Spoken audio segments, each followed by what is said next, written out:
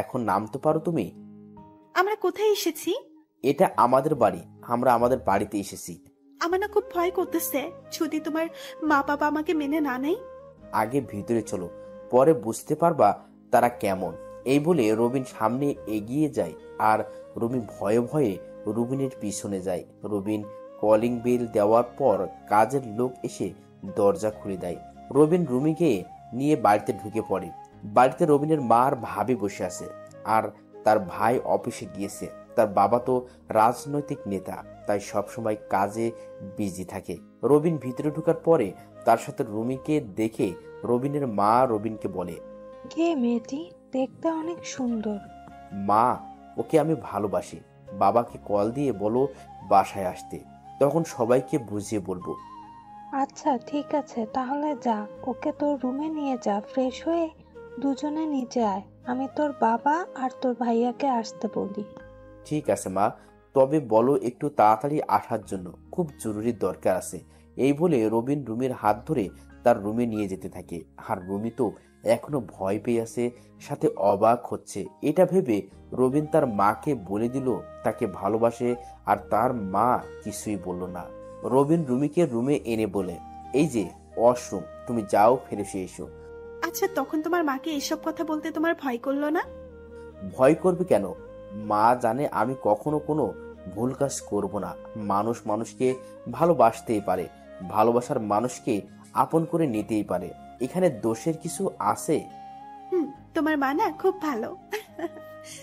আমারও বাবা অনেক ভালো, তাকে আমি বুঝিয়ে বললে তিনি বুঝতে পারবেন সবকিছু। তাই যেন হয়, না হলে কিন্তু আমি তোমাকে না পেলে সুইসাইড করব বলে দিলাম। এটা বলার সাথে সাথে রবিন রুমিকে টান দিয়ে শক্ত করে জড়িয়ে ধরে বলে, আর একটা উল্টো পাল্টা কথা বলবে না, তোমাকে আমি হারতে দিলে তো। সত্যি রবিন, আমি তোমাকে অনেক ভালোবাসি, তোমাকে ছাড়া আমি বাঁচবো না।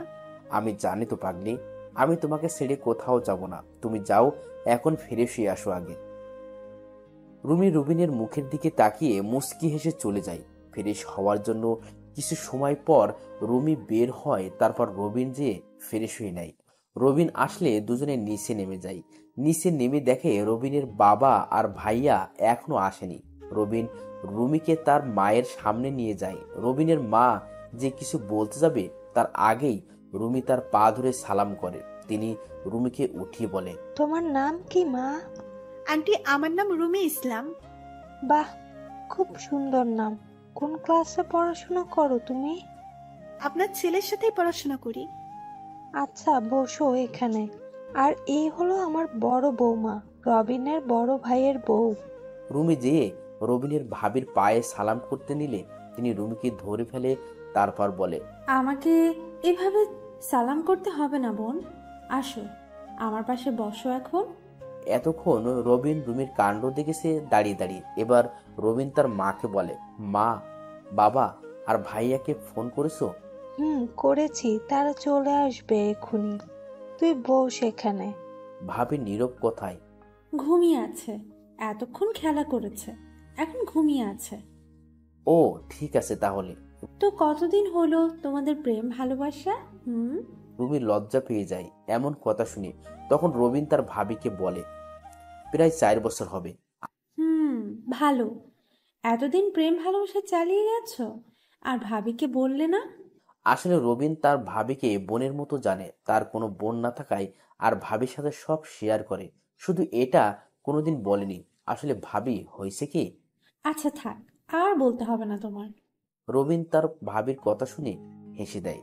এর ভিতর বাড়ির কলিং বেল বেজে ওঠে। কাজের লোক যেয়ে দরজা খুলে দেয়। দরজা দিয়ে ঢুকে রবিনের ভাই আর তার বাবা দুজনে ভিতরে ঢুকে রুমের দিকে তাকিয়ে আছে। কিছু বলতে যাবে তার আগেই রবিন মা বলে, তোমরা ওকে চিনবে না, যাও রুমে যেয়ে ফ্রেশ হয়ে আসো, তারপর সব বলতেছি তোমাদেরকে। ঠিক আছে, যাচ্ছি। তারপর রবিনের বাবা আর ভাইয়া চলে যায় ফ্রেশ হওয়ার জন্য। কিছু সময় পর রবিনের বাবা নিচে নেমে আসে। তার পিছনে দিয়ে রবিনের ভাইয়াও নীরবকে কোলে করে নিয়ে আসে। রবিন নীরবকে দেখে হাত বাড়িয়ে দেই কোলে নেওয়ার জন্য।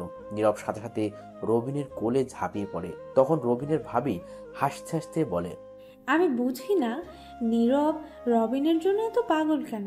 রবিনকে দেখলেই হলো, তার কোলে যাবেই। এটা হলো আমার জাদু ভাবি। তোমরা সবাই বসো, রবিন তোমাদের সাথে কিছু কথা বলবে। রবিন, তুই তোর কথা বলা শুরু কর। রবিন তার মায়ের কথা শুনে রুমির দিকে প্রথমে তাকায় দেখে রুমি ভয়ে মাথা নিচু করে বসে আছে। তখন রবিনের বাবা বলে, হ্যাঁ, তুই বলা শুরু কর, কি বলবি? বলবো? তার আগে বলে নেই আমার কথার মাঝে কেউ কোনো কথা বলবে না, যা বলার পরে বলবে। ঠিক আছে, তুই বল, তোর কথার মাঝে কেউ কোনো কথা বলবে না। প্রথমেই বলে নেই, ও হলো রুমি ইসলাম। আমরা একে অপরকে ভালোবাসি প্রায় 4 বছর হবে।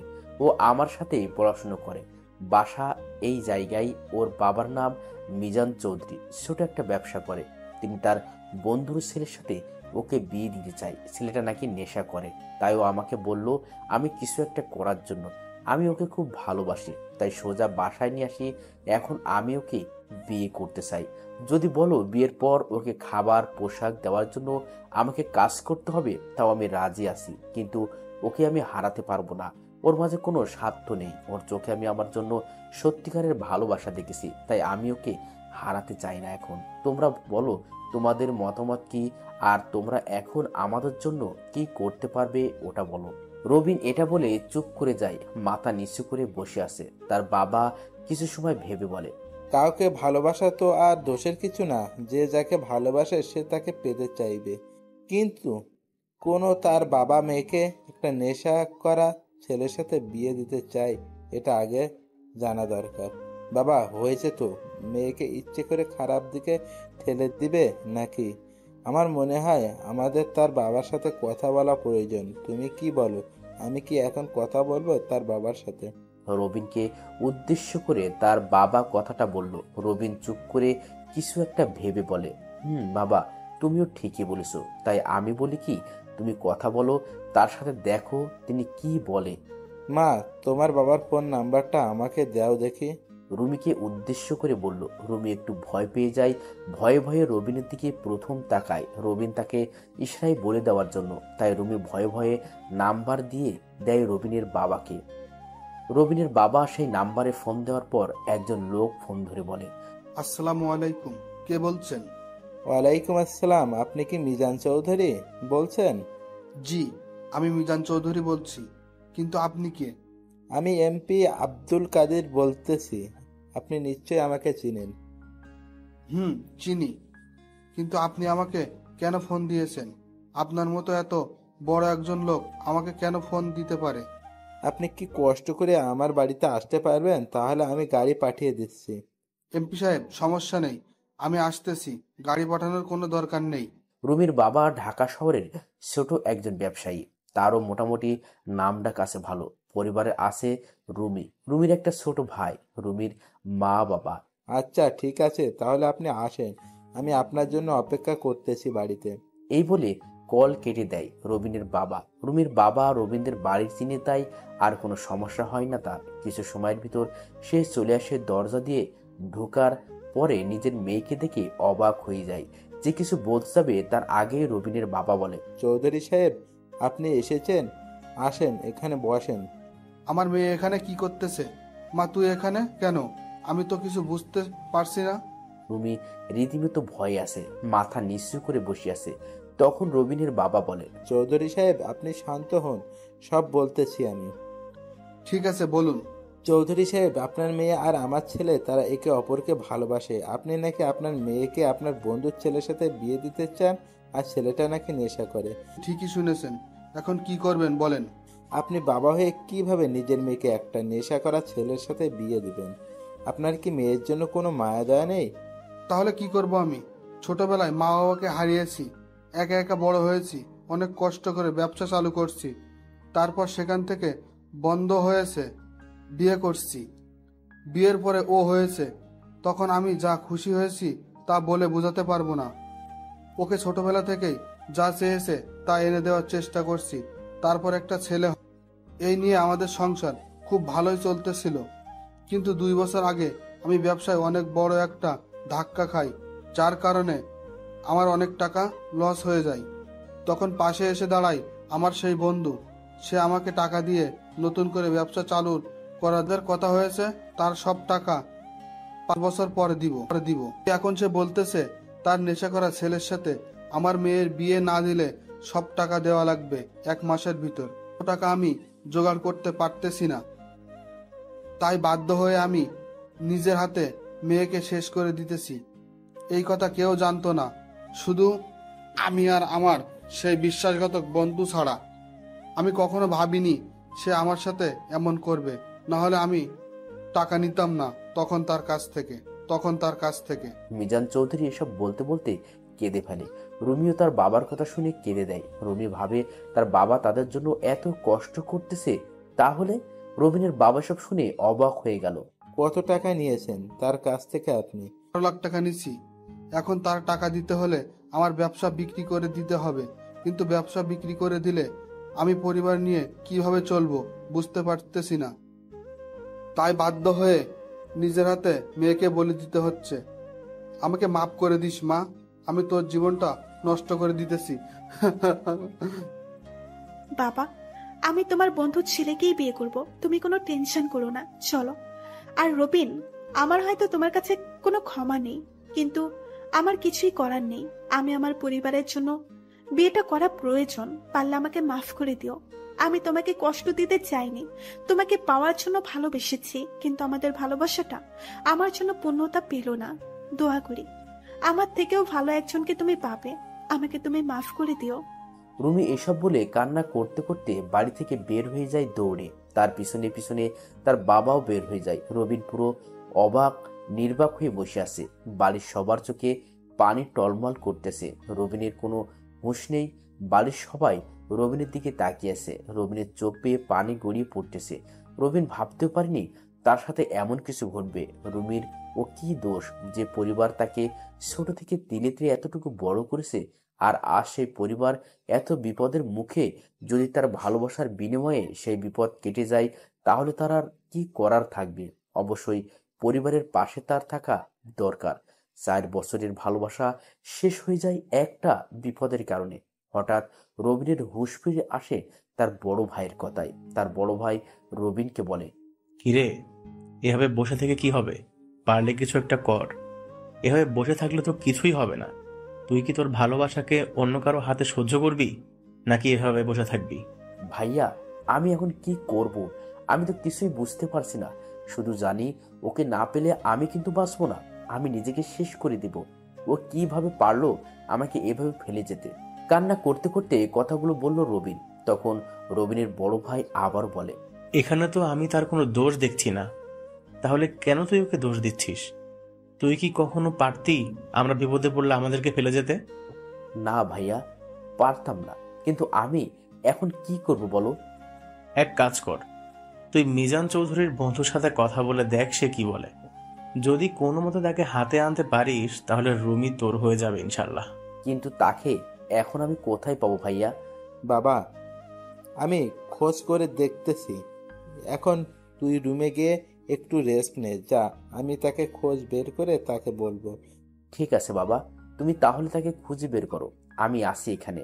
রবিন সোফায় বসে আছে। তার বাবা ফোন করে মিজান চৌধুরীর বন্ধুর ব্যাপারে সব খোঁজ লাগিয়ে দিয়েছে। অন্যদিকে রুমি তার বাবার সাথে বাড়িতে যেয়ে দৌড়ে তার রুমে চলে যায়। রুমে যেয়ে দরজা বন্ধ করে দিয়ে অজস্র কান্নায় ভেঙে পড়ে।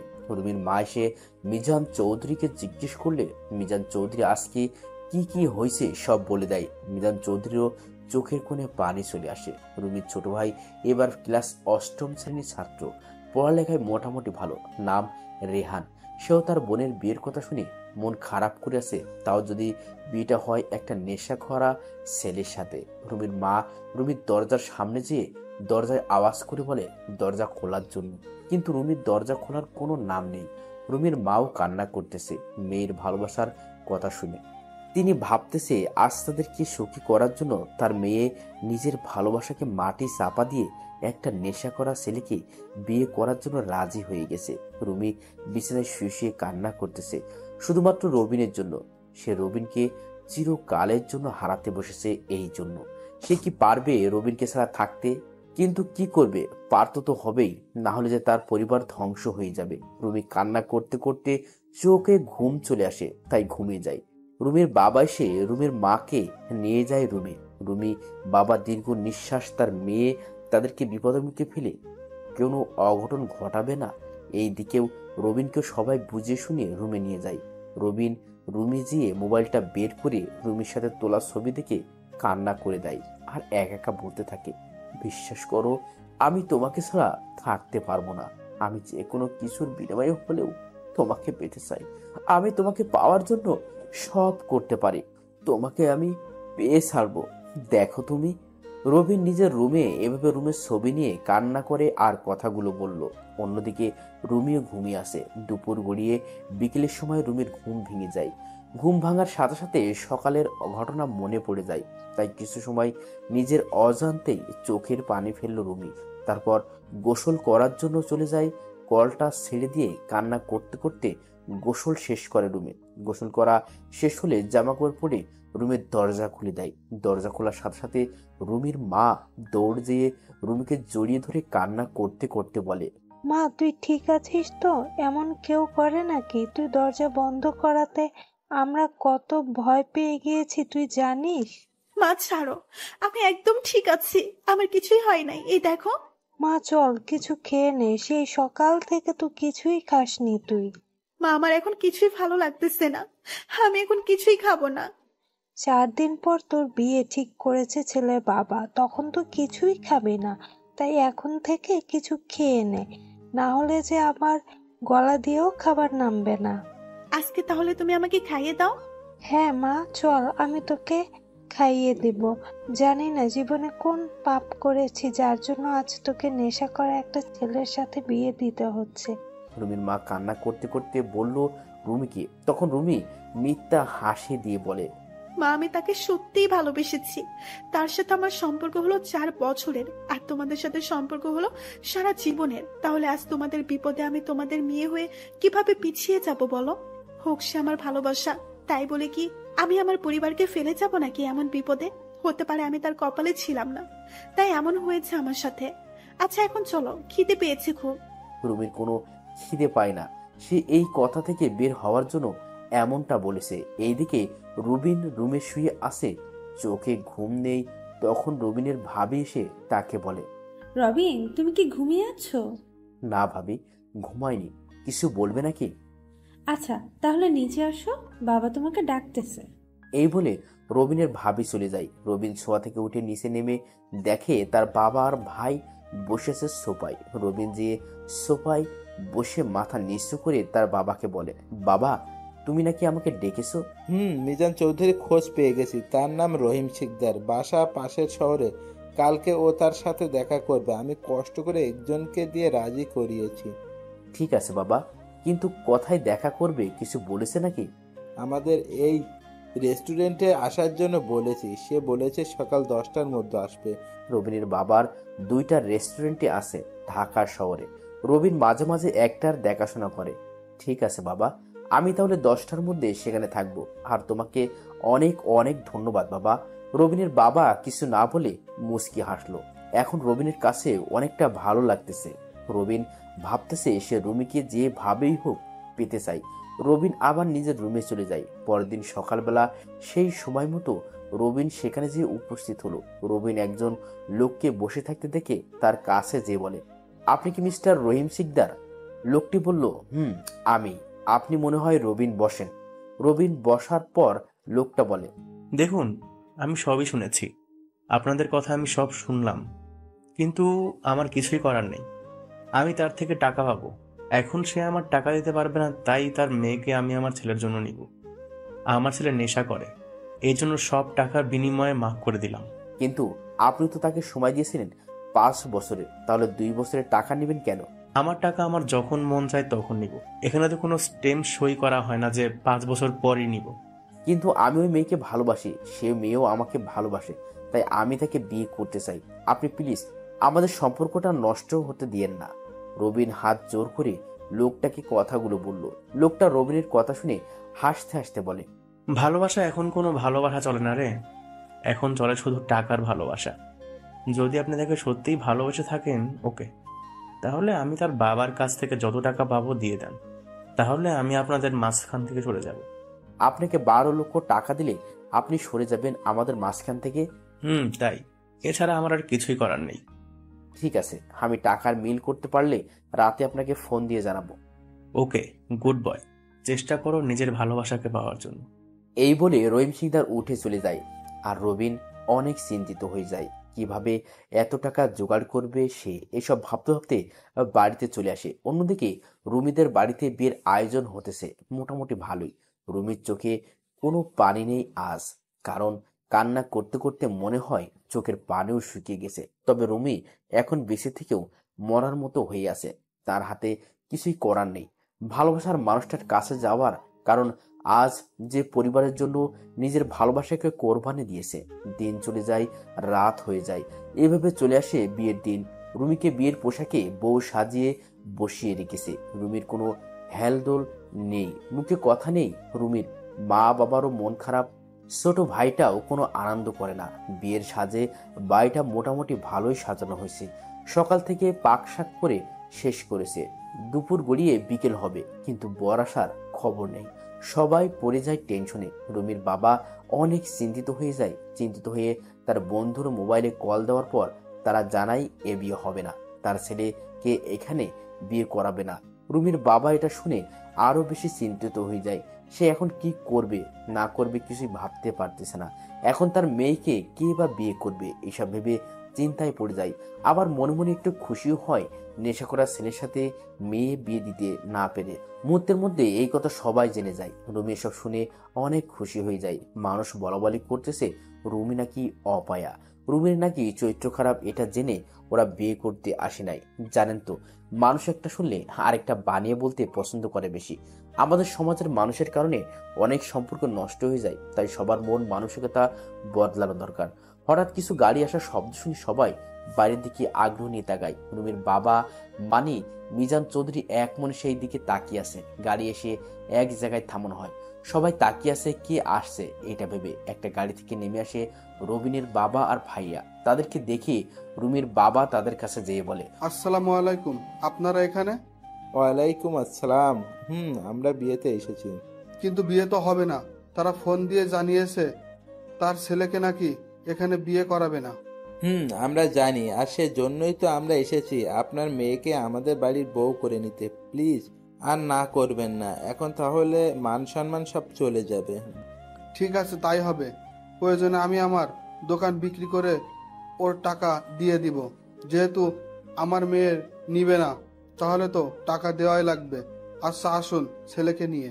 বিআই সাহেব, আপনার টাকার চিন্তা করতে হবে না, আমরা সব মিটিয়ে দিয়ে এসেছি এখানে। সব টাকা আপনার জামাই দিয়েছে, বিনিময়ে তাকে আপনি মন ভরে দোয়া করবেন তারা যেন সুখী হতে পারে সারা জীবন।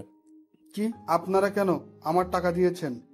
আমার ছেলে কি আপনার ছেলে হতে পারে না? আর ছেলে হয়ে বাবার বিপদে না এগিয়ে আসলে এটা কেমন দেখায় বলেন?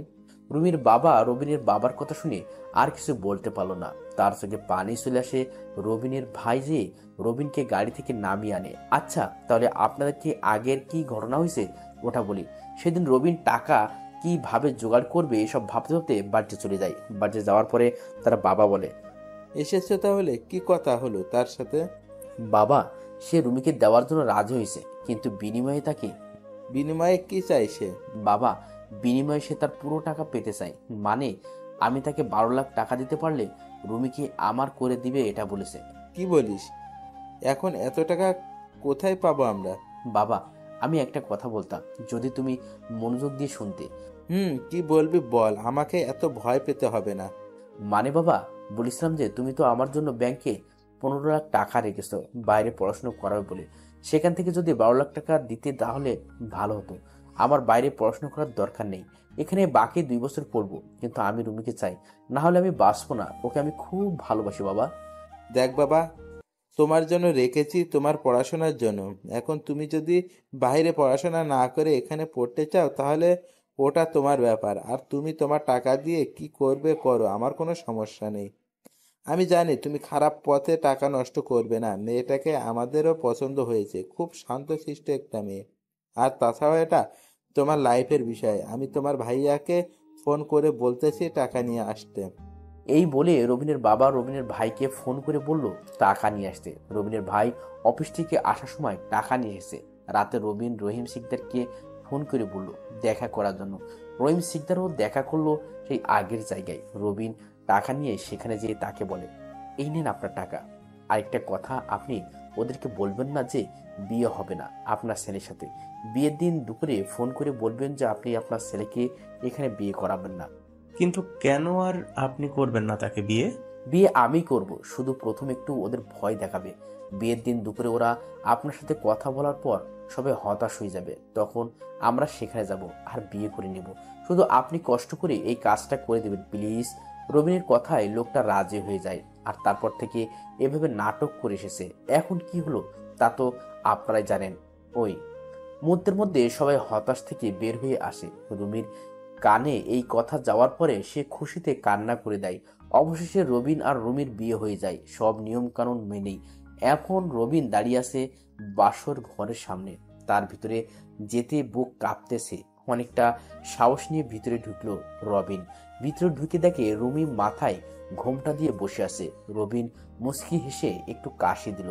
রুমি শুনে একটু নড়ে চড়ে বসে। তারপর রবিন সামনের দিকে এগিয়ে যায়। খাটের কাছে যাওয়ার পরে রুমি নেমে আসে রবিনের পায়ে হাত দিয়ে সালাম করে। রবিন রুমিকে তুলে বলে, তোমার অজু আছে নামাজ পড়ার জন্য? আছে। তোমার আছে নি? আমারও আছে, চলো তাহলে নামাজ পড়ে নেই এখন। তারপর তারা দুজন তাদের বিবাহ জীবনের জন্য 2 রাকাত নফল নামাজ পড়ে নিল। নামাজ পড়া শেষে দুজনে খাটে চলে যায়। খাটে যেয়ে কি করে না করে এটা সবাই বুঝে এবং জানে, তাই এখানে আমি সময় নষ্ট করতে চাই না, তাহলে গল্পের মজা যাবে গিয়ে। আমি তার ভয়ঙ্কর অতীত নিয়ে কথা বলবো এখন, মানে আসল ঘটনা। বিয়ে 3 মাস চলে যায়, সবাই হাসি খুশি, 2 পরিবার অনেকে আনন্দ আছে, সবার আনন্দ যেন শেষ নেই। রবিন আর রুমিও পড়াশোনা চালিয়ে যেতেছে, দেশে পড়াশোনা করে। এর ভিতর তারা দুজন দুজনকে আরো বেশি ভালোবাসতে শুরু করেছে। একদিন বিকেলবেলা রবিন রুমিকে বলল, আজকে একটু তোমাকে নিয়ে বের হব, চলো রেডি হয়ে নাও। ঠিক আছে, আমি রেডি হচ্ছি। তবে আজকে বের হলে কিন্তু আমাকে নিয়ে অনেক ঘুরতে হবে। ঠিক আছে, তাই হবে, আমি মাকে একটু বলে আসতেছি। এই বলে রবিন নিচে চলে আসে। এসে দেখে তার মা বাবা আর ভাবি নীরবকে নিয়ে বসে আছে। রবিন যাওয়ার সাথে সাথে নীরব রবিনের কোলে চলে আসে। রবিন তাকে কোলে নিয়ে সবাইকে বলে, মা বাবা, আমি একটু রুমিকে নিয়ে বের হব। ঠিক আছে, যাস, সমস্যা নেই, তবে সাবধানে থাকবি। ওকে ঠিক আছে, তাহলে আমি আসতেছি। ভাবি নীরবকে রাখো। রবিন নীরবকে তার ভাবির কোলে দেওয়ার সময় কান্না করে দেয় নীরব, আর রবিনকে ঝাপটিয়ে জড়িয়ে ধরে আসে। এটা দেখে বাড়ির সবাই হেসে দেয়। রবিনের ভাবি রবিনকে বলে, বুঝতে পারছি, আজকেও ও তোমাকে ছাড়বে না। কি করার, তুমি ওকে সাথে করে নিয়ে যাও। দেখো না, কান্না করতেছে। কিন্তু ভাবি, যদি পরে কান্না করে আর আমাদের যদি আসতে লেট হয়ে যায়? আরে কান্না করবে না, তুমি তো ওকে আরো নিয়েছো অনেক জায়গায়, আর ও তোমার কাছে থাকলে কোনো কান্না করবে না, আমি জানি। তবে একটু চেষ্টা করো যেন তাড়াতাড়ি বাড়িতে আসতে পারো। রবি নীরবকে আরো ছোট থেকেই জায়গায় জায়গায় নিয়ে যেত, এমনকি ভার্সিটিতেও নিয়ে গেছে কয়েকবার। রবিনের ভাবির কথা শুনে রবিনের বাবা বলে, তুমি ওকে নিয়ে যাও, ও একটু তোমাকে বেশি ভালোবাসে মনে হয়। তোমাকে দেখলে তো কারো কাছে থাকেই না, তোমার কাছে চলে যায়। আচ্ছা তাহলে তোমরা রেডি হও, আমরা নীরবকে তোমার রুমে নিয়ে রেডি করিয়ে বের হয়ে পড়ো। রবিন তার বাবার কথা শুনে তার ভাবিকে বলে, ভাবি তুমি নীরবের জামা কাপড় নিয়ে আসো, আমি ওকে রুমে নিয়ে যেতেছি তাহলে। এই বলে রবিন নীরবকে তার রুমে নিয়ে যায়। রুমে যে দেখে রুমির রেডি হওয়া প্রায় শেষ। রবিন তখন রুমিকে বলে, এই দেখো কাকে নিয়ে এসেছি, আজকে ওকে নিয়ে যাব আমাদের সাথে করে। নীরব যে, ও আমাদের সাথে যাবে সত্যি? সত্যি, ওকে আমাদের সাথে করে নিয়ে যাব আজকে। তাহলে তো ওকে রেডি করাতে হবে, আর সবাইকে বলবো এটা আমার ছেলে, আমার বাবাটা। নীরবকে চুমু খেয়ে হাসি মুখে বলল রুমি। রবিন তার কথায় হেসে দেয়। তখন রবিনের ভাবি এসে বলে, ছেলে আমার, আর তুমি বলো তোমার। ছেলেটাও রবিনের পাগল, কেউ বলবেই না যে এটা আমার সন্তান। রবিনের ভাবির কথায় রবিন মুচকি হাসে, আর রুমি একটু ভয় পেয়ে যায়। সে ভাবছে রবিনের ভাবি রাগ করে কথাটা বলেছে, তাই সে বলে, ভাবি তুমি রাগ করো না, আমি মজা করে বলেছি। বোন তুমি ভয় পেও না, আমিও মজা করছি। আর আমার ছেলে মানে তোমারও ছেলে, কোনো সমস্যা নেই। আসলে নীরব রবিনকে ছাড়া কিচ্ছু বোঝে না, তাই বলছি। আর তুমি সবাইকে বলো ও তোমার ছেলে, কোনো সমস্যা নেই। রবিনের ভাবি হাসতে হাসতে কথাগুলো বলল। রুমিও তার কথায় খুশি হয়ে যায়। তারপর নীরবকে রেডি করিয়ে রবিন রেডি হয়ে নেয়। বের হয়ে যায় তাদের একটা গাড়ি নিয়ে। রবিন গাড়ি চালাইতেছে আর রুমি তার পাশে বসে আছে। নীরব রুমির কোলে বসে আছে। তবে প্রথমে রুমির কোলে যেতে চাই না, অনেক কষ্ট করে দিয়েছে তার কোলে। অনেকক্ষণ পরে রবিন একটা পার্কের সামনে গাড়ি থামায়। সেখানে নেমে রবিন নীরবকে কোলে নেয়। তারপর তারা পার্কের ভিতরে একটা সুন্দর জায়গায় যেয়ে বসে। নীরবকে চকলেট কিনে দিয়ে রুমি আর রবিন কথা বলতেছে বসে বসে, আর নীরব রবিনের কোলেই। অনেকক্ষণ সেখানে থাকার পরে রবিন রুমিকে বলে, অনেক তো বসেছিলাম, চলো ফুচকা খেয়ে এসে এখন। এটা তো আমার প্রিয় খাবার, তুমি না বললেও আমি তোমাকে জোর করে নিয়ে যাব। আচ্ছা চলো তাহলে। আমি জানি তো এটা তোমার প্রিয়, তাই তো বললাম।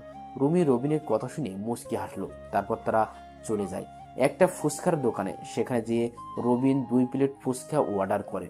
কিছু সময়ের মধ্যে চলে আসে। রবিন আর রুমি ফুচকা খেতেছে। নীরব রবিনের পাশে বসে আছে। সে চকলেট খেতেছে আর রবিনের মুখের দিকে তাকিয়ে আছে। রবিনের 1 প্লেটের সাথে রুমি 3 প্লেট খেয়ে ফেলছে। অবশেষে রবিন সব বিল মিটিয়ে রুমিকে বলে, একটু পরে সন্ধ্যা হয়ে যাবে, তো তাই চলো এখন একটু তোমাদের বাড়ি থেকে ঘুরে আসি, তারপর বাড়িতে চলে যাব, কি বলো? এই বলে তারা গাড়িতে যেয়ে বসে। সেই আগের মতো করে গাড়ি চলতেছে। গাড়ি চলতে চলতে রুমিদের বাড়ির সামনে চলে আসে তারা। তারপর গাড়ি থেকে নেমে দরজার সামনে যেয়ে কলিং বেল চাপ দেয় রুমি। কলিং বেল দেওয়ার কিছু সময় পর দরজা খুলে দেয় রুমির ভাই। রুমির ভাই রুমিকে দেখে অবাক হয়ে বলে, আপু তুমি এই সময়? তাও আবার না বলে চলে এসেছো। কেমন আছো তোমরা? ভালো আছি, তুই কেমন আছোস? আমিও ভালো আছি ভাইয়া, আসেন ভিতর আসেন আপনারা। তারপর রবিন আর রুমির ভিতরে ঢোকার পরে রুমির ভাই যেয়ে তার মা বাবাকে ডেকে নিয়ে আসে রুম থেকে। তারা নিচে নামার পরে রুমি ও রবিন তাদেরকে সালাম করে। তারা সালাম নিয়ে অবাক হয়ে বলে, রে মা, তোরা এসেছিস এই সময়, কোনো সমস্যা নাকি? না বাবা, কোনো সমস্যা না। আসলে একটু ঘুরতে বের হয়েছিলাম, তাই একটু তোমাদের সাথে দেখা করে যাব ভাবছি, এই জন্যই চলে আসলাম। ভালো করছিস মা। তা ওকে সাথে করে নিয়ে এসেছো? ও কান্না করবে না মাকে না ফেলে? না, ও কান্না করবে না। আসলে ও তোমাদের জামাইকে ফেলে চলে, আর কিছু লাগে না। তাহলে ভালো। আচ্ছা বাবা, এসেছো যখন, তাহলে কিন্তু রাতের খাবার আমাদের এখান থেকে খেয়ে যেতে হবে। কিন্তু বাবা, তাহলে তো অনেক রাত হয়ে যাবে। আমরা অন্য এক সময় এসে থেকে যাব কিছুদিন, কিন্তু আজকে পারবো না বাবা। তা ঠিক। আচ্ছা তাহলে বসো, তোমাদের জন্য নাস্তার ব্যবস্থা করতেছি, অন্তত এটা খেয়ে যাও। আচ্ছা ঠিক আছে বাবা। রবিনের কথা শুনে মিজান চৌধুরী খুশি হয়ে রুমির মাকে বলে নাস্তা রেডি করার জন্য। রুমির মা ওদের জন্য নাস্তা রেডি করলো। নাস্তা দেওয়ার পর একসাথে সবাই নাস্তা করে নিল। তারপর কথা বলতে বলতে আরো সময় চলে যায়। রাত 8টা বেজে গেছে। এর ভিতর নীরবও ঘুমিয়ে গেছে রবিনের কোলে। তারপর রবিন আর রুমি ওদের কাছে বলে বাড়ির দিকে রওনা দেয়। রবিন নীরবকে রুমির কোলে দিয়ে সে গাড়ি চালাতেছে, আর নীরব ঘুমিয়ে আছে রুমির কোলে। রুমি রবিনকে বলে, তোমাকে অনেক ধন্যবাদ আমাকে এখানে নিয়ে আসার জন্য। ধন্যবাদ দেওয়ার কিছু নেই, তোমার খুশি আমার খুশি। রবিন আর রুমি কথা বলতে বলতে বাড়ির সামনে চলে আসে। তখন রাত বাজে প্রায় 9টা। রবিনদের বাড়িটা হলো একলা বাড়ি, মানে আশেপাশে তেমন একটা বাড়ি নেই। আর রবিন আর রুমি গাড়ি থেকে নেমে যায়। রুমির কোলে নীরবকে দিয়ে হাঁটা ধরে। দরজার সামনে সে কলিং বেল চাপ দিবে, এমন সময় রবিন দেখে দরজা মনে হয় খোলা। তাই রবিন আস্তে দরজাটা ধাক্কা দেয়। ধাক্কা দেওয়ার সাথে সাথে দরজা খুলে যায়, কিন্তু ভিতরে পুরো অন্ধকার। এটা দেখে রবিন আর রুমি ভয় পেয়ে যায়। রবিন নিজের মোবাইলটা হাতে নিয়ে লাইট জ্বালিয়ে নেয় আগে। তারপর রুমির এক হাত ধরে ভয়ে ভয়ে ঘরে ঢুকে যায়। বাড়ির লাইটের সুইচটাই হাত দিয়ে লাইট জ্বালিয়ে পিছনে ফিরে জোরে চিৎকার করে ওঠে রবিন। রবিনের চিৎকার শুনে রুমি পিছনে ফিরে, আর সাথে সাথে রুমিও চিৎকার করে ওঠে, কারণ বাড়ির পাখার সাথে 2টা লাশ ঝুলতেছে। আর 2টা লাশ বাড়ির ফ্লোরে পড়ে আছে। বাড়ির সবকিছু ভাঙচুর করা। রবিন আর রুমি চিৎকারে নীরব জেগে যায়। নীরব জেগে কান্না করতে থাকে, আর রুমিও ফ্লোরে ধাপ করে বসে পড়ে। রবিন একই জায়গায় দাঁড়িয়ে তার মা বাবার লাশের দিকে তাকিয়ে আছে। তার মা বাবার লাশ পাখায় ঝুলতেছে, আর তার ভাই ভাবির লাশ ফ্লোরে পড়ে আছে। তার বাবা মায়ে যে মারা গেছে এটা পুরো বুঝে যেতেছে, কারণ দুজনের নিথর দেহ ঝুলতেছে, কোনো নড়চড় নেই। রবিন ঠাই একইভাবে তার মা বাবার দিকে তাকিয়ে আছে, আর চোখ থেকে টপ টপ করে পানি পড়তেছে। নিচে হঠাৎ একটা চাপা আওয়াজ পেয়ে রবিন আর রুমি ভয় পেয়ে যায়। ভালোভাবে তাকিয়ে বুঝতে পারে রবিনের ভাইয়ের কাছ থেকে আওয়াজটা আসতেছে। রবিন সাথে সাথে তার ভাইয়ের কাছে যায়, আর রুমিও নীরবকে নিয়ে যায়। সেখানে যায় রবিন, যে বলে, ভাইয়া তুমি বেঁচে আছো, কিচ্ছু হবে না তোমাদের, আমি এসে গেছি, তোমাকে এখন হসপিটাল নিয়ে যাব আমি। আমাকে কোথাও নিতে হবে না, আমি বাঁচবো না। তুই আমার একটা শেষ ইচ্ছে রাখবি? বল, কথা দে আমায়। কি কথা ভাইয়া, বলো, আমি রাখবো। তুই নীরবকে নিজের ছেলে হিসেবে দেখবি আজ থেকে। কখনো ওকে বুঝতে দিবি না যে ওর মা বাবা মারা গেছে, সে এতিম। সে যেন সারা জীবন জেনে যায় তোরা দুজনের বাবা মা। আর আমাকে পারলে মাফ করে দিস। আমি মা বাবাকে বাঁচাতে পারলাম না, ওরা আমাদেরকে বাঁচতে দিল না। তোর কাছে একটা ছোট্ট অনুরোধ, তুই নীরবকে নিয়ে এই দেশ ছেড়ে চলে যা, না হলে ওরা তোদেরকেও মেরে ফেলবে। ওরা আমার সামনে আমার মা বাবাকে মেরে ফেললো, আর আমি কিছু করতে পারলাম না। ওই জাফর ইকবালরা আমাদেরকে বাঁচাতো। রবিনের ভাই আর কিছু বলতে পারল না, তার দেহ থেকে প্রাণটা বের হয়ে যায়। এর আগেই এখন রবিনের ভাইয়ার ও নিথর দেহ পড়ে আছে, আর রবিন হাউমাউ করে কান্না শুরু করে দেয়। রবিন ফোন করে থানায় ফোন করে সব জানানোর পরে পুলিশ চলে আসে 2 গাড়ি। এর মধ্যে এলাকায় জানাজানি হয়ে যায় এই খবর। দলে দলে মানুষ আসা শুরু করে দিয়েছে। একে তো খুন করা হয়েছে 4 জনকে, তার উপর এমপি ও তার পরিবারকে। এমন কথা শুনলে তো মানুষ জানাজানি বেশি হবে। সাংবাদিক এসে গেছে অনেক, সব খবরের চ্যানেলে একই খবর দেখাইতেছে। পুলিশ এসে সব লাশ নিয়ে যায় থানায়। সাংবাদিকরা রবিনের সাথে কথা বলার অনেক চেষ্টা করে, কিন্তু পারে না।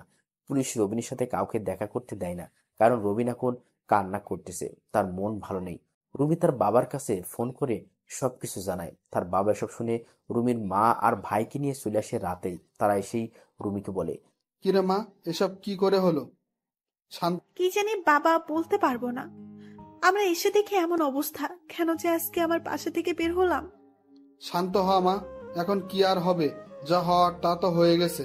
একদিন কেটে যায় সবাই কান্নাকাটি করতে করতে। পরের দিন পুলিশ এসে রবিনকে জিজ্ঞেস করতে ঠিক কি হয়েছে। রবিন প্রথম থেকে শেষ পর্যন্ত সব বলে দিল পুলিশকে। তার ভাই যা যা বলেছে তাও বলে দিল পুলিশকে। পুলিশ এসব শুনে রবিনকে বলে, জাফর ইকবালের নাম বলেছে, কিন্তু তো একটা গোলমাল আছেই। তবে এখন প্রমাণ ছাড়া কিছু করা যাবে না। আপনি টেনশন করবেন না, আমরা দেখতেছি কি করা যায়। সবাই জানে আমাদের এমপি সাহেব কত ভালো মানুষ ছিলেন। নিশ্চয়ই কেউ তার এই ভালো থাকা মেনে নিতে পারে নাই, তাই এমন কাজ করছে। উপর থেকে আমাদেরকে বলা হয়েছে ভালো করে খোঁজ নিতে, আমরা তাই করার চেষ্টা করব। আর যেহেতু আপনার ভাই আপনাকে বলেছে এই বাড়িতে থাকলে আপনার বিপদ হবে, তাহলে কিছু দিনের জন্য আপনারা এই বাড়ি থেকে চলে যান। রবিন পুলিশের কথা মতো তাই করলো। রবিন চাইছে তাদের অন্য জায়গায় আরেকটা বাড়ি আছে, ওখানে থাকবে। কিন্তু রুমির মা বাবার অনেক জোরাজুরিতে রুমিদের বাড়িতে চলে যায় 2 মাস, কিন্তু পুলিশ কিছুই করতে পারেনি। রবিনের পরিবারের খুনিকে তা এখন জানতে পারেনি পুলিশ। যারা খুন করছে তাদেরকে বের করতে পারেনি পুলিশ। রবিনদের যত ব্যবসা ছিল তা এখন রবিনকে দেখাশোনা করা লাগে। এমনকি তার বাবার যে কাজ ছিল তাও রবিনকে সামলাতে হয়, কারণ এলাকার মানুষ চাই রবিনের বাবা যেমন ভালো মানুষ ছিল রবিনও তেমনি হবে। এই জন্য রবিন এখনো সব সামলানো লাগবে। রবিন রাজি ছিল না প্রথম, সবার জোরজুরিতে এখন তার বাবার কথা ভেবে রাজি হয়ে যায়। এই 2 মাসে রবিন ও অনেক চেষ্টা করছে তার বাবার খুনিকে বের করার জন্য। 2 মাস পর একদিন পুলিশ রবিনকে ফোন করে জানায় থানায় দেখা করার জন্য। রবিনও তাই করে। পরের দিন সকালবেলা রবিন থানায় চলে যায়। পুলিশ অফিসারকে বলে, আমাকে কেন আসতে বললেন এখানে? দেখুন রবিন সাহেব, আমরা এই 2 মাসের অনেক চেষ্টা করছি এমপি সাহেবের খুনিকে বের করার জন্য, কিন্তু আমরা কোনো প্রমাণ জোগাড় করতে পারিনি। এখন আমরা কি করব বলেন? ওপর থেকে কি বলেছে এটা নিয়ে আপনাদেরকে? তারা তো বলছে আরো ভালো করে খোঁজ করার জন্য, কোনো কিছু সন্দেহ হলেই ওটাকে নিয়ে নিতে, কাউকে সন্দেহ হলে তাকে অ্যারেস্ট করতে, কিন্তু আমরা তেমন ধরনের কিছুই পাই নাই। ঠিক আছে, আপনারা আপনাদের কাজ চালিয়ে যান। কোনো সমস্যা হলে আমাকে বলবেন, আর কোনো হেল্প লাগলেও আমাকে বলবেন। ঠিক আছে, আমরা তাই করব। আপনি তাহলে এখন আসতে পারেন, কোনো সমস্যা নেই। আচ্ছা, উপর থেকে কিছু বলেছে কি যে বাবার এমপির দায়িত্ব আমি নিয়েছি? না, তা বলেনি, তবে সামনের বছর নাকি ইলেকশন হবে শুনলাম। আপনি যদি ইলেকশন দাঁড়াতে চান তাহলে আগের থেকে রেডি হয়ে থাকবেন। দেখি কি হয়, তবে আমার দাঁড়াতে ইচ্ছে করছে না, এসব আমার ভালো লাগে না। এই বলে রবিন থানা থেকে বের হয়ে যায়। রবিন তার গাড়ি থেকে উঠবে, তখন দেখে জাফর ইকবাল থানায় ঢুকতেছে। এটা দেখে রবিন অবাক হয়ে যায়। তাই রবিন আবার থানার দিকে পা বাড়ায়। যখন রবিন দরজার সামনে যায় তখন শুনতে পায় ভিতর থেকে পুলিশ অফিসার হেসে সে জাফর ইকবালকে বলতেছে, এই মাত্র ওই এমপির ছেলে বের হয়ে গেল, তাকে 6-9 বলে বুঝিয়ে দিয়েছি আমরা যে এটার ভিতর জড়িত আছি, সে বুঝতে পারবে না। আপনি কোনো টেনশন করবেন না। যদি ওই এমপির ছেলে বেশি বাড়াবাড়ি করে তাহলে তাকেও দুনিয়া থেকে উপরে পাঠিয়ে দিব, কি বলেন? না, তা করা যাবে না, না হলে আমরা বিপদে পড়ে যাব। উপর থেকে এমনিতেই আমাদের অনেক চাপ দিতেছে, শুধুমাত্র আমাদের গোড়ার মানুষ আছে বলে কিছু হচ্ছে না, না আমাদের হলে অনেক সমস্যায় পড়ে যেতাম। ঠিক আছে, ওকে, এখন কিছু করবো না তাহলে। আর আপনি টেনশন করবেন না, উপর থেকে আমাদেরকে কিছুই করতে পারবে না। শুধু 1টা বছর অপেক্ষা করতে হবে, তাহলে আমরা আমাদের রাজত্ব দেখাবো সবাইকে। ভাই, তখন খেয়াল হবে। আর ওই এমপির ছেলে মনে হয় ইলেকশন দাঁড়াবে না, সে বলল। এমনভাবে তারা আরো কিছু সময় কথা বলে। জাফর ইকবাল থানা থেকে বের হয়ে যায়। জাফর ইকবাল বের হওয়ায় আগেই রবিন লুকিয়ে যায়। জাফর ইকবাল তার গাড়ি নিয়ে চলে যায়, আর রবিন তার গাড়িতে যেয়ে বসে মনে মনে বলে, তাহলে আমার পরিবারের খুনি দুজনকে পেয়ে গেলাম। আরে, আমি তো আগেই জানতাম তোরা এটাতে জড়িত আছো। রবিন আগেই বুঝতে পেরেছে ওরা যে এই খুনে জড়িত আছে, কিন্তু রবিন আগেই ভেবে রাখছে সে তার পরিবারের খুনিদেরকে খুন করে তার প্রতিশোধ নেবে, এক ভয়ঙ্কর প্রতিশোধ নেবে রবিন। রবিন চেয়েছিল সামনের ইলেকশন সে দাঁড়াবে না, কিন্তু এখন ঠিক করেছে দাঁড়াবে। রবিন চলে যায় বাড়িতে। তারা এখন তাদের আলাদা বাসায় থাকে। বাসায় যেয়ে দেখে নীরব সবাই বসে বসে কার্টুন দেখতেছে, আর রুমি নীরবকে খাবার খাইয়ে দিতেছে। নিজের ছেলের মতোই নীরবকে ভালোবাসে রবিন আর রুমি। নীরব প্রথম মাঝে মাঝে কান্না করত, কিন্তু এখন আর করে না। আর নীরব এই কিছুদিন ধরে রবিনকে বাবা বলে রুমিকে মা বলে ডাকা শুরু করে। ছোট বাচ্চাদের যদি অনেকদিন আপনি আপনার কাছে নিয়ে রাখেন, তাকে যদি মা বাবার মতো ভালোবাসেন, তাহলে সে আপনাদেরকে মা বাবা বলবে, এটা শিওর। কারণ ছোট বাচ্চারা কিছু বুঝে না, তারা অনেক ভালোবাসা ফেলেই হয়। রবিন বাসায় ঢোকার পর নীরব রবিনকে দেখে দৌড়ে এসে কোলে উঠে যায়। তারপর রবিনকে বলে, বাবা, আমার জন্য চকলেট আনো না তুমি? বাবা এনেছি চকলেট, এই নাও। বাবা, আমি খাবার খেয়ে তোমার সাথে খেলা করব, তুমি কোথাও যাবে না। এই বলে নীরব চলে যায় খাবার খাওয়ার জন্য। আর রবিন রুমির সাথে একটু কথা বলে নিজের রুমে চলে যায়। সেখানে যে ফিরে বিছানায় শুয়ে ভাবে কি করা যায়, কিভাবে সব তথ্য বের করবে। সে অনেক ভেবে চিন্তা করে একটা বুদ্ধি বের করে, আর তা হলো সে একটা গ্যাং তৈরি করবে। আর সেই গ্যাংয়ের লিডার থাকবে রবিন। তাদের গ্যাংটা হবে মূলত দেশ থেকে মাস্তান, দেশকে যারা ভালোবাসে না, যারা টাকার কাছে বিক্রি হয়ে দেশের খারাপ চায়, তাদেরকে শিক্ষা দেওয়ার জন্য। এসব ভাবতেছে রবিন। তখন রুমি নীরবকে সাথে করে নিয়ে এসে রবিনকে বলে, সকালে তো কিছুই খেয়ে যাও না, চলো কিছু খাবে এখন। তুমি কি কিছু খেয়েছো এখনো? ঠিক আছে, চলো তাহলে। বাবা আসো আমার কাছে। নীরব রবিনের কাছে চলে যায়। রবিন তাকে কোলে তুলে নিয়ে নিচে নেমে আসে, রুমি সহ। তারপর নীরবকে কার্টুন দেখাতে দিয়ে রবিন আর রুমি একসাথে নাস্তা করে নেয়। নাস্তা করা শেষ হলে রুমি রবিনের কাছে বাচ্চাদের মতো আবদার করে বলে, আজকে কি তোমার একটু সময় হবে আমাদেরকে নিয়ে ঘুরতে যাওয়ার? এভাবে বলতে হয় নাকি? তুমি বললে আমি আমার সব কাজ রেখে তোমাকে নিয়ে ঘুরতে পারবো, কোনো সমস্যা নেই। তুমি রেডি হয়ে নাও, আর নীরবকেও রেডি হয়ে নাও। তুমি অনেক ভালো। আচ্ছা, আমি তাহলে রেডি হয়ে নিই, তুমিও রেডি হয়ে নাও।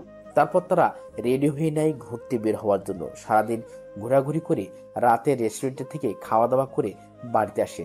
বাড়িতে এসে সেদিনের মতো শুয়ে পড়ে তারা। পরের দিন সকালবেলা রুমি রবিনকে ডাকা দেয় ঘুম থেকে ওঠার জন্য। তাই রবিন ঘুম থেকে উঠে ফিরে শুয়ে নাস্তা করে নীরবকে একটু আদর করে অফিসে চলে যায়। এভাবে চলে যায় আরো 6টা মাস। এর ভিতর রবিন হয়ে যায় খুব ভয়ঙ্কর একজন মানুষ। তার একটা টিম গঠন করে নিয়েছে এর ভিতর, আর সেই টিমের নাম দিয়েছে আর গ্রুপ। আর হলো তার নাম থেকে নেওয়া প্রথম অংশ। এই 6 মাসে রবিনের এই টিম নিয়ে সামাজিক যোগাযোগ মাধ্যমে অনেক তোলপাড় শুরু হয়ে যায়। তার কারণ হলো এই গ্রুপটা যেই কোনো নেশা করার জায়গা, বারে, তারপর যারা মানুষকে বিনা কারণে কষ্ট দেয় তাদেরকে হয়তো পৃথিবী থেকে সরিয়ে দেয়, আর না হলে তাদের অবস্থা পুরো খারাপ করে ফেলে। কিন্তু এই গ্রুপের কাউকে সাধারণ মানুষ চেনে না। অবশ্য মানুষ তাদেরকে চিনবেই কি করে? যেখানে পুলিশ তাদের কোনো হদিস পায় না, সেখানে সাধারণ মানুষ কি পাবে? ওই গ্রুপটা যে কোনো হামলা চালায় রাতের অন্ধকারে। এটা যে রবিনের গ্রুপ তা কেউ জানে না। রুমিও জানে না এটা। রবিন কখনো তাকে বলেনি। রবিন যে মাঝে মাঝে রাতে বাড়ি থেকে বের হয় এটা রুমি বুঝতে পারে, কিন্তু কখনো সে রবিনকে এটা নিয়ে কিছু বলে না। তার বিশ্বাস, রবিন কোনো কাজের জন্য বের হয়, তাকে রবিন কখনো ঠকাবে না, এটা তার পুরো বিশ্বাস আছে। রবিন তাকে ঠকাবে না। সে তো তার প্রতিশোধ নিতে চায়। যে মা বাবা ছোট থেকে এত বড় করেছে, যে বড় ভাই তাকে এত ভালোবাসতো, যে ভাবি তাকে নিজের ভাইয়ের মতো করে ভালোবাসতো, তাদের খুনের প্রতিশোধ নিতে চায় এখন রবিন। এতদিন সেই এমনিতেই খারাপ কাজের প্রতিবাদ করেছে, এখন সে তার প্রতিশোধ নিতে চায়। আর সেই জন্য রবিন তার কাছের একজন লোক মানে রাজুকে বলল জাফর ইকবালকে ধরে আনতে। আর রাজুও তাই করলো, জাফর ইকবালকে ধরে নিয়ে আসছে তাদের আস্তানায়। আজকে রবিন খুব খুশি, তার কারণ আজকে তার প্রথম টার্গেট সফল হতে চলেছে। এতদিন তো রবিনের আগের জীবনে কি ঘটেছে তা বললাম, এখন তাহলে কি ঘটতে চলেছে তা বলি। রবিন ফিরে এসে বের হয়ে রেডি হয়ে নেয় প্রথমে, তারপর নিচে নেমে দেখে রুমি নীরবকে খাবার খাইয়ে দিতেছে। রবিন যাওয়ার পরে রুমি তাকে বলে, কি ব্যাপার, আজকে মনে হয় একটু তাড়াতাড়ি ঘুম থেকে উঠলে? কোথাও যাবে নাকি? একটা কাজ আছে। আচ্ছা আমাকে নাস্তা দাও, এখন খিদে পেয়েছে আমার। দেখেছো তো ওকে খাবার খাওয়াচ্ছি, তাহলে আমাকে কেন বলতেছো তুমি? নাও, এখানে তো সবই রাখা আছে। ও ভুলে হয়ে গেছে বউ, তুমি ওকে খাওয়াও, আমি আমার খাবার নিয়ে নিতেছি। এটা আজকে না, রবিন প্রায় সময় নিজের খাবার নিজে নিয়ে খায়, আর এতে রবিনের কোনো আপত্তি নেই। আর তাছাড়া রবিন রুমির কাজেও সাহায্য করে মাঝে মধ্যে। রবিন এক প্লেটে অনেকগুলো খাবার নেয়, তারপর রুমির কাছে এসে বসে রুমিকে বলে, তুমি তাকে খাইয়ে দাও, আমি তোমাকে খাইয়ে দিচ্ছি, চুপ করে খাবে, কোনো কথা বলবে না কিন্তু। ওকে ঠিক আছে জনাব, তাই করুন। এখন ভালো মেয়ের মতো হা করো, আমি খাইয়ে দিতেছি তোমাকে। বউয়ের সাথে একসাথে খাবার খাওয়া, একই প্লেটে খাবার খাওয়া, এগুলো অনেক ভালো কাজ। এগুলো হলো মহব্বত। সবাই বউয়ের আবদার পূরণ করার চেষ্টা করুন, বউকে সময় দিন, এসব ইসলামের দৃষ্টিতে অনেক ভালো। রবিন রুমিকে আস্তে আস্তে খাইয়ে দিতেছে, সে নিজেও খেতেছে। তখন নীরব রবিনকে বলে ওঠে, বাবা, তুমি কি শুধু আম্মুকে খাওয়াইয়ে দিবে, আমাকে দিবে না খাওয়াইয়ে? দিব তো। আসো, বাবার কোলে আসো। তুমি বাবার হাতে খেতে চাও, এটা বললেই তো বাবা তোমাকে খাইয়ে দেবে। নীরবের এমন কথা শুনে রুমি হেসে দেয়। তারপর রবিন নীরবকেও খাবার খাইয়ে দেয়। সে বাড়ি থেকে বের হয়ে যায়, তার গাড়ি নিয়ে সোজা চলে যায় তার গোডাউনে। সে নিজেই গাড়ি চালিয়ে গেছে সেখানে। গোডাউনে যেয়ে দেখে তার লোকজন সবাই বসে আছে, তবে কাউকে দেখে বোঝা যাচ্ছে না এরা যে এত ভয়ঙ্কর। সবাই একদম সাধারণ মানুষের মতো চলাচল করে। রবিন গোডাউনে ঢোকার সাথে সাথে সবাই তাকে সালাম করে। রাজু এগিয়ে এসে রবিনকে বলে, বস, ওকে চেয়ারের সাথে বেঁধে রেখেছে, চলেন দেখবেন তাকে আপনি। দেখবো তো অবশ্যই। তার আগে সবাই নিজের মুখ ঢেকে নাও, কাউকে যেন সে চিনতে না পারে। বস, তাই হবে।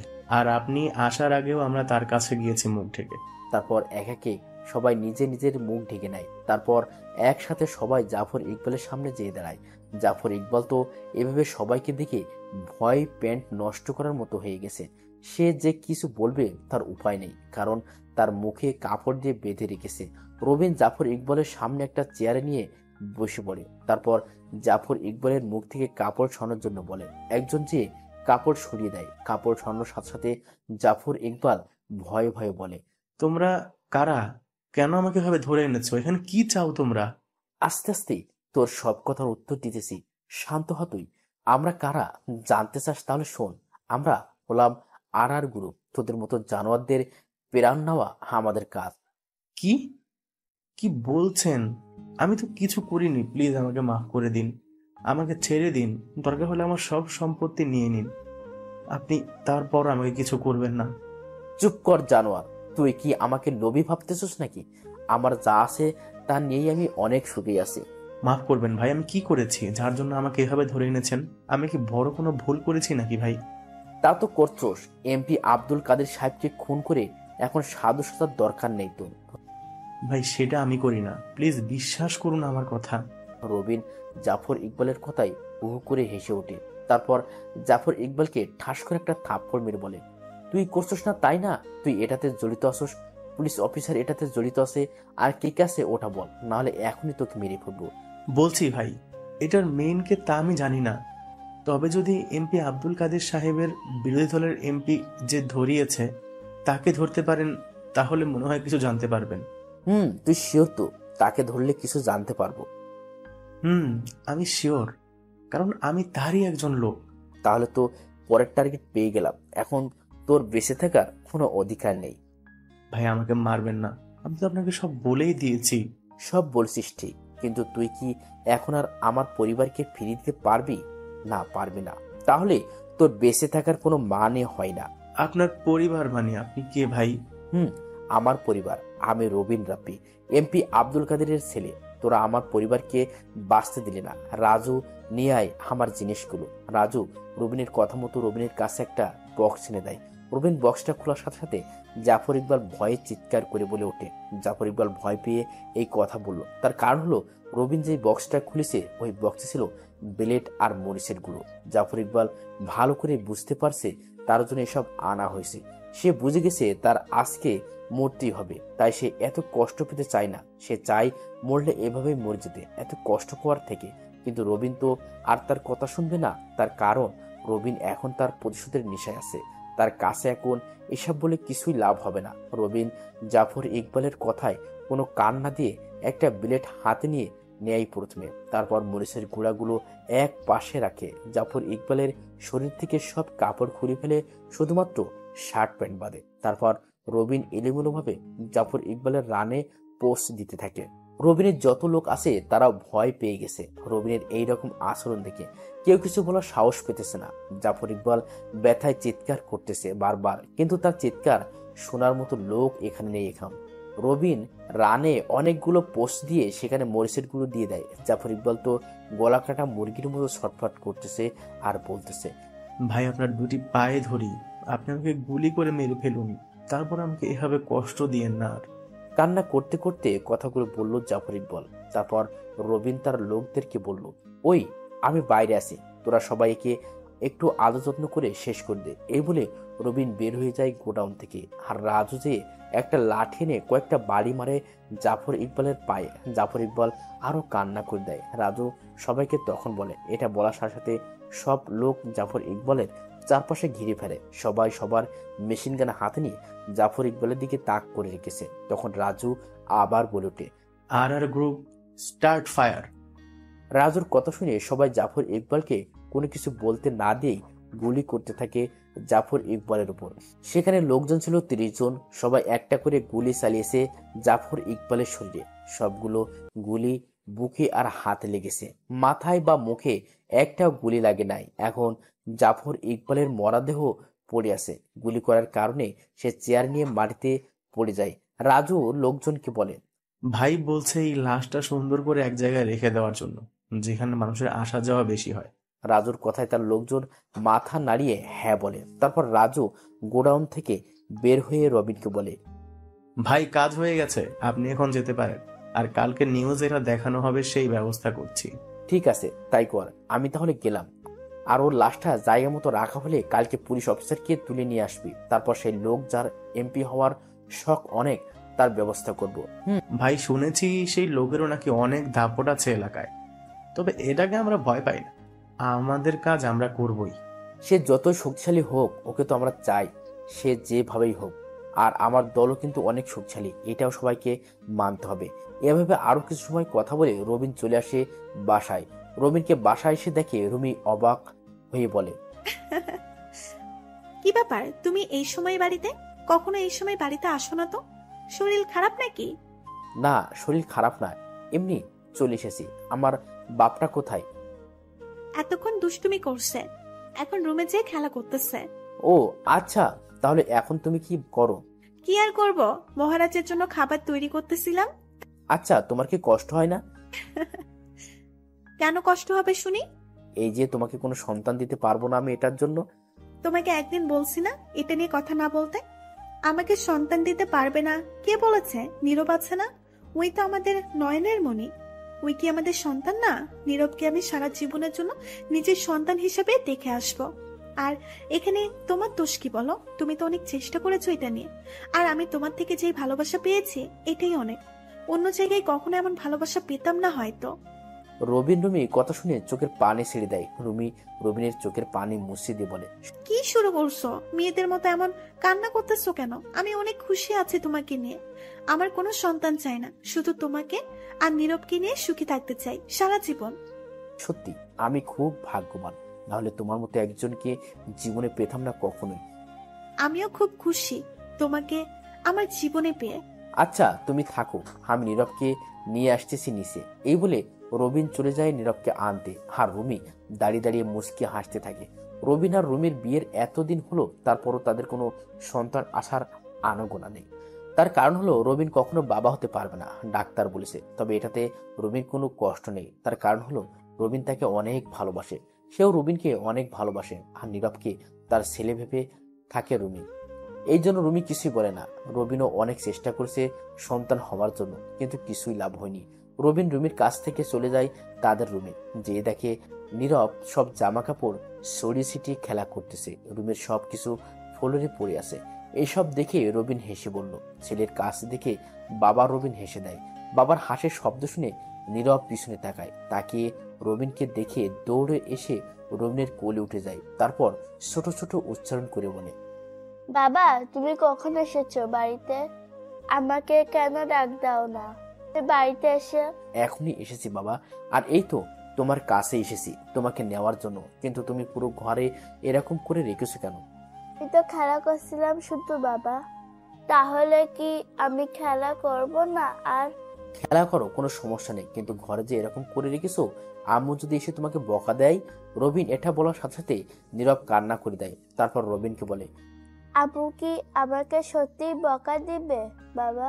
নীরবের কান্না করা দেখে রবিন অবাক হয়ে যায়। তখন রুমি পিছন থেকে বলে ওঠে, না বাবা, আম্মু বকা দিব না। তুমি যেভাবে মন চাই সেভাবে খেলা করো। রুমির কথায় রবিন আরো নীরব রুমির দিকে তাকায়। রবিন তাকে মুচকি সে দেয়, আর নীরব বলে ওঠে, সত্যি আম্মু তুমি আমাকে বকবে না? আম্মু তাহলে আমি আর একটু খেলা করি এখন। না বাবা, এখন আর খেলা করতে হবে না, আবার পরে খেলা করবে। এখন চলো আমরা নিচে যেয়ে বসে গল্প করব সবাই। ঠিক আছে আম্মু, তুমি যা বলবে তাই করব। তারপর রবিন নীরবকে আর রুমিকে নিয়ে নিচে চলে আসে। সেখানে তারা অনেকক্ষণ সময় নিয়ে কথা বলল। নীরবকে নিয়ে তারা খেলা করলো। খেলা করতে করতে দুপুর হয়ে যায়, তাই সবাই গোসল করে নেয়। নীরবকে রুমি সবসময় গোসল করিয়ে দেয়। সবাই দুপুরে খাবার খেয়ে রবিন একটু রেস্ট নিয়ে রুমিকে বলে চলে যায় তার অফিসে। নিজের অফিস তো, তাই যখন মন চায় তখন যাওয়া যায়। অফিসে যেয়ে কিছু একটা কাজ করে রাতের বেলা চলে আসে রবিন। তারপর টুকটাক কথা বলে দুষ্টুমি করে নীরবের সাথে। পরে সবার খাওয়া দাওয়া করে ঘুমিয়ে যায়। অন্যদিকে রাজুরা সবাই রেডি হয়ে আসে কখন সুযোগ পাবে, এটার আশায় যে জাফর ইকবালের লাশটা সুন্দরভাবে এক জায়গায় রাখতে পারে। ঢাকা শহরের যেখানে বেশি মানুষের আনাগোনা, সেখানে লাশটা রাখার কথা হয়েছে। অবশেষে সেই সুযোগ পেয়ে গেল রাত 3:30। তারা লাশটা খুব সুন্দর করে রাস্তার মাঝখানে দড়ি দিয়ে বেঁধে ঝুলিয়ে রেখেছে। গায়ে কিছুই ছিল না, শুধু শর্ট প্যান্ট ছিল একটা। তারপর রাজুরা সবাই চলে যায়। তবে লাশের গায়ে একটা কাগজে লেখা আছে আর, যাতে মানুষ বুঝতে পারে এটা আর গ্রুপের কাজ। রাজুরা সবাই চলে যায় সেখান থেকে। তাদেরকে কেউ দেখে না। সিসি ক্যামেরা লাগানো ছিল, কিন্তু তাদেরকে চেনার কোনো উপায় নেই। সবার গায়ে কালো প্যান্ট, শার্ট, জুতা ছিল, মুখ কালো কাপড় দিয়ে ঢাকা ছিল। পরদিন সকালবেলা রবিনের ফোনে কল আসার কারণে তার ঘুম ভেঙে যায়। মোবাইলটা হাতে নিয়ে দেখে রাজুর কল, তাই কলটার সাথে সাথে রিসিভ করলো রবিন। কল রিসিভ করার পরে রাজুকে রবিন বলল, কি রে, কি জন্য এই সকাল সকাল কল দিছিস? ভাই কষ্ট করে একটু টিভিতে খবরটা দেখেন, তাহলে বুঝতে পারবেন সবকিছু। ওকে, আমি দেখতেছি তাহলে। তারপর শোয়া থেকে উঠে ফ্রেশ হয়ে নিচে বসার রুমে চলে আসে রবিন। রবিনকে এই সময়ে রুমি দেখে বলে, কি ব্যাপার, তুমি এই সময়ে কেন উঠলে? তোমার তো এই সময় ওঠার কথা না। কিছু লাগবে নাকি তোমার? না, কিছু লাগবে না, আমি এসেছি একটা খবর দেখতে, খুব জরুরি একটা খবর দেখা লাগবে। ও ঠিক আছে, তাহলে দেখো। আর নীরব কি করতেছে? ঘুমিয়ে আছে নাকি? দেখলাম তো ঘুমিয়ে আসো, তাই আর জাগিয়ে তুলি না। এখন তো মাত্র 7:15 বাজে। বাচ্চা মানুষ আরো পরে উঠলে কোনো সমস্যা নেই। তা ঠিক বলেছ। আচ্ছা, তোমাকে কি চা দেবো এখন? দিলে তো খুব ভালো হয়। এই বলে রুমে চলে যায় চা আনার জন্য। আর রবিন টিভিটা অন করে সোফায় বসে পড়ে। তারপরে একটা খবর চ্যানেলে যায় রবিন। সেখানে দেখতে পায় জাফর ইকবালের মরদেহ দেখাইতেছে। লাশটা দড়ি দিয়ে বেঁধে রেখেছে এবং ঝুলে আছে এখনো। পুলিশ অফিসার আরো অনেক পুলিশ এসেছে। হাজার হাজার মানুষ ভিড় করে আছে লাশ দেখার জন্য। সাংবাদিক পুলিশকে অনেক কিছু জিজ্ঞেস করতেছে, কিন্তু পুলিশের কাছে কোনো উত্তর নেই। অনেকক্ষণ পর লাশটা নামানো হয়। তারপর লাশটা পুলিশ হাতে করে নিয়ে যায় থানায়। কেউ কিছুই বলতে পারতেছে না কে বা কারা এই কাজ করেছে। রবিন এসব দেখে একটা মুচকি হাসি দেয়। রুমি চা নিয়ে এসে দেখে রবিন মুচকি মুচকি হাসতেছে। তখন রুমি রবিনকে বলে, কি হয়েছে, এভাবে মুসকি মুসকি হাসতেছো কেন? আজকে নিউজ দেখিস জাফর ইকবালের খুন হয়েছে। কিভাবে খুন হয়েছে, কি করেছে কিছুই বলতে পারে না। পুলিশ আর জাফর ইকবাল হলো রাজ্জাক সাহেবের লোক। আমার জানা মতে ওরা খুব খারাপ লোক ছিল, আর সেই কারণে মনে হয় কেউ এভাবে ওকে মেরে ফেলেছে। বুঝলাম, কিন্তু তুমিও একটু সাবধানে চলাচল করবে এখন থেকে। বলা তো যায় না কখন কি হয়ে যায়। আর এই নাও তোমার চা। রুমি রুবিনকে একটা চা দিয়ে রবিনের পাশে বসে পড়ে। রবিন চা খেতে খেতে রুমিকে বলে, ভাবছিলাম বাবার এই এমপির ক্ষমতা আমার হাত থেকে চলে যাওয়ার পরে সামনে তো রাজনৈতিক ভিতরে যাব না, এমপি হওয়ার জন্য দাঁড়াবো না, কিন্তু এখন মনে হচ্ছে দাঁড়াতে হবে। তা না হলে কিছু মানুষরূপী জানোয়ারদের দেশটাতে শেষ করে দিবে। মানুষ তাদের জন্য শান্তিমতো এলাকায় থাকতে পারবে না। আমারও মনে হয় রাজনৈতিক করা ঠিক না, কিন্তু মানুষের মুখের দিকে তাকিয়ে তোমার দাঁড়ানো উচিত। হয়তো তোমার অনেক কষ্ট হয়ে যাবে, কিন্তু অনেক মানুষ তোমার কষ্টের উছিলায় সুখী থাকতে পারবে।